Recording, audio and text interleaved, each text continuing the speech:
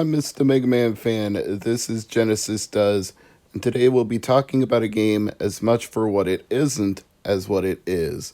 You're looking at The Punisher, which was released in 1993 in arcades and later ported to the Sega Genesis in 1994. And that's where the problems begin. Now, if you know anything about Frank Castle, aka The Punisher, it's that he's a former Marine who had his entire family gunned down in front of him and was seemingly left for dead himself, only to resurrect as the Punisher to extract brutal justice upon all of those who wronged him and murdered his family. And that premise follows through the comic books and most of the adaptations to Frank Castle being an incredibly violent man with little remorse. Incidentally, whoever took the label off of this had little remorse either. It was clearly a rental copy because I have no instruction manual, and there's even a holographic seal of some kind that only got partially removed. You can still see it there on the back, so this is as good as it gets for me with The Punisher. And sadly, this is also as good as it gets for a home adaptation of the arcade game. The arcade game is much beloved because it kept a level of violence and gore that were satisfying to fans of The Punisher and satisfying to fans of beat-em-up games.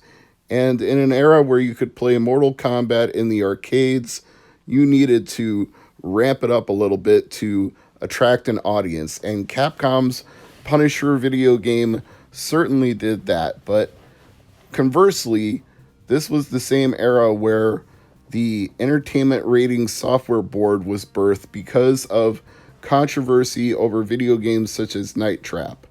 Controversy that was completely out of whack with the actual nature of the video games that were put under scrutiny in Congress and railed against by the likes of Joe Lieberman.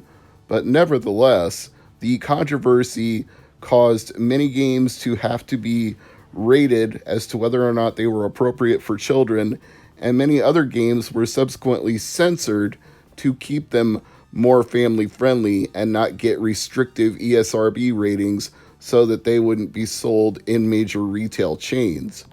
I think some of that definitely affected the conversion of The Punisher from arcade to Sega Genesis, because a lot of the gore and a lot of the violence have been removed from this game to make it more palatable for audiences of all ages. But in doing so, they also took away everything that fans of the arcade game absolutely loved about The Punisher. Just how over the top and brutal and fun it was to be The Punisher and to mete out justice in your own sadistic way.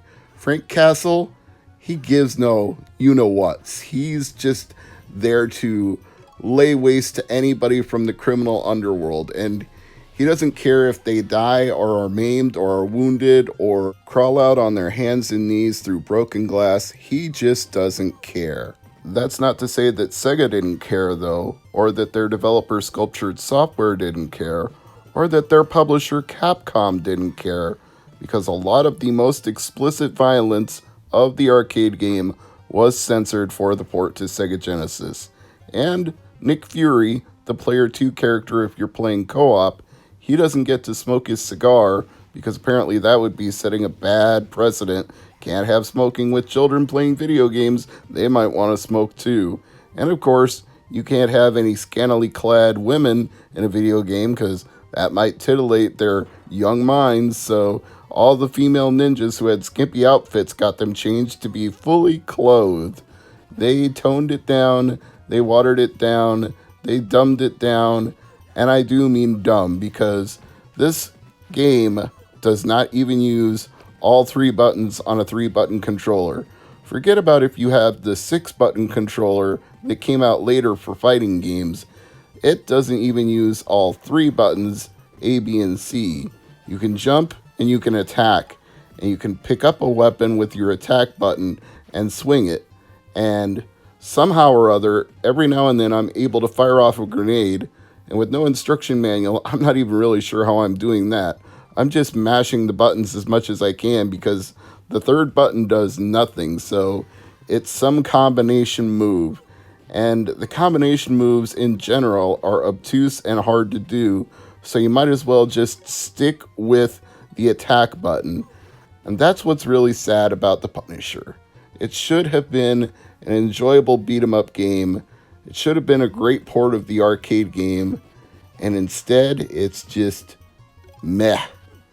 It's not even so much that it's bad, it's that it's not challenging. You can mash a button and get your way through all of the fights. You don't have to use really any kind of strategy other than don't stand in front of an enemy when they throw a weapon at you and get hit.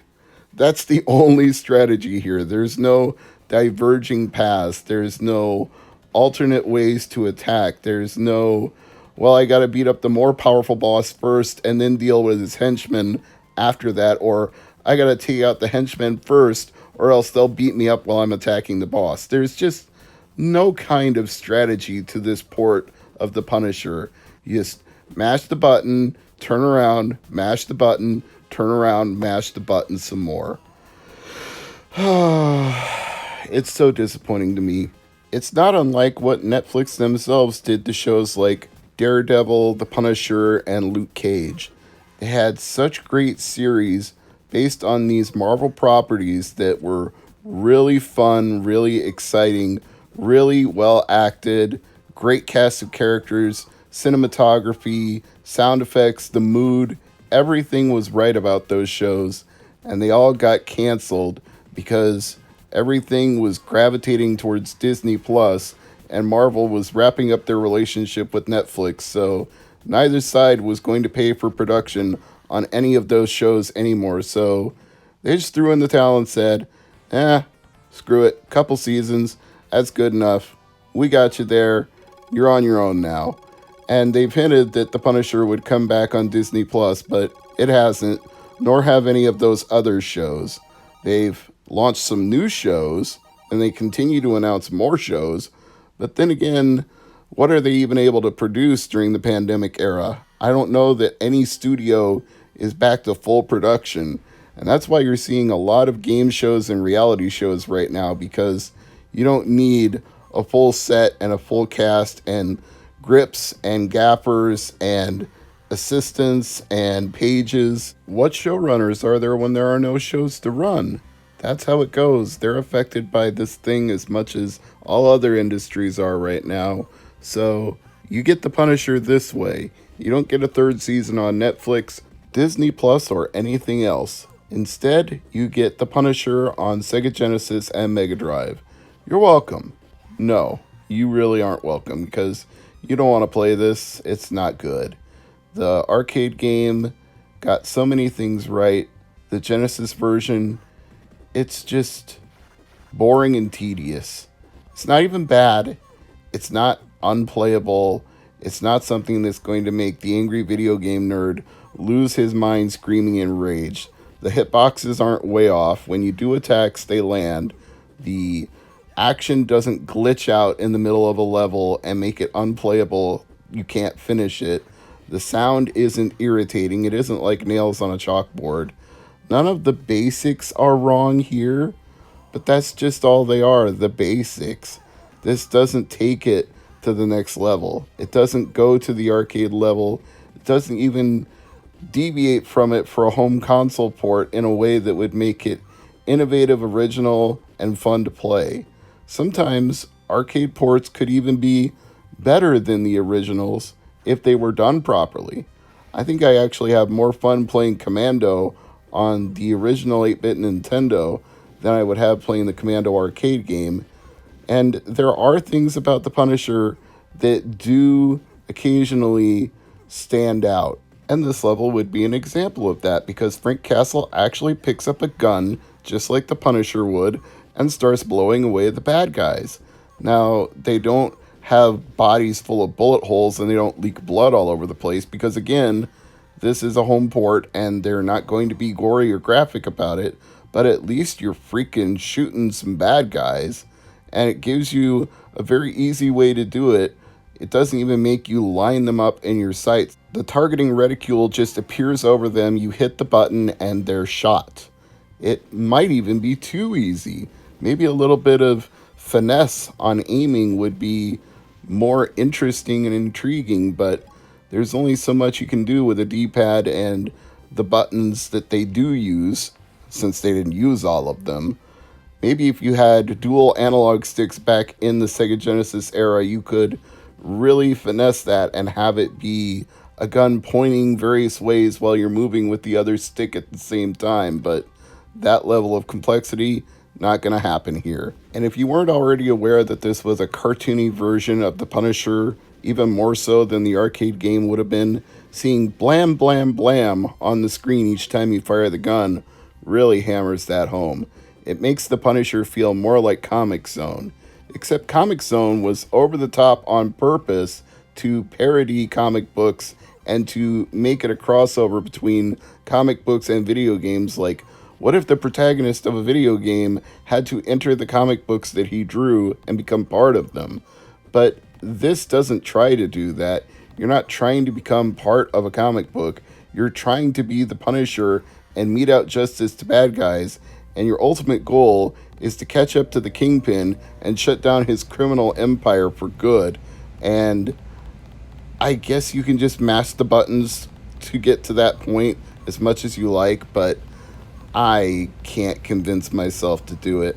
I can only convince myself to show it to you for the amount of time that would correlate to an episode of Genesis Does, and then I'm going to go on and do something else with my life. In other words, I don't regret the fact that I have a rather mediocre copy of this game with residue all over it from a previous rental place that had it. It's not something I'm looking to upgrade or get the manual for.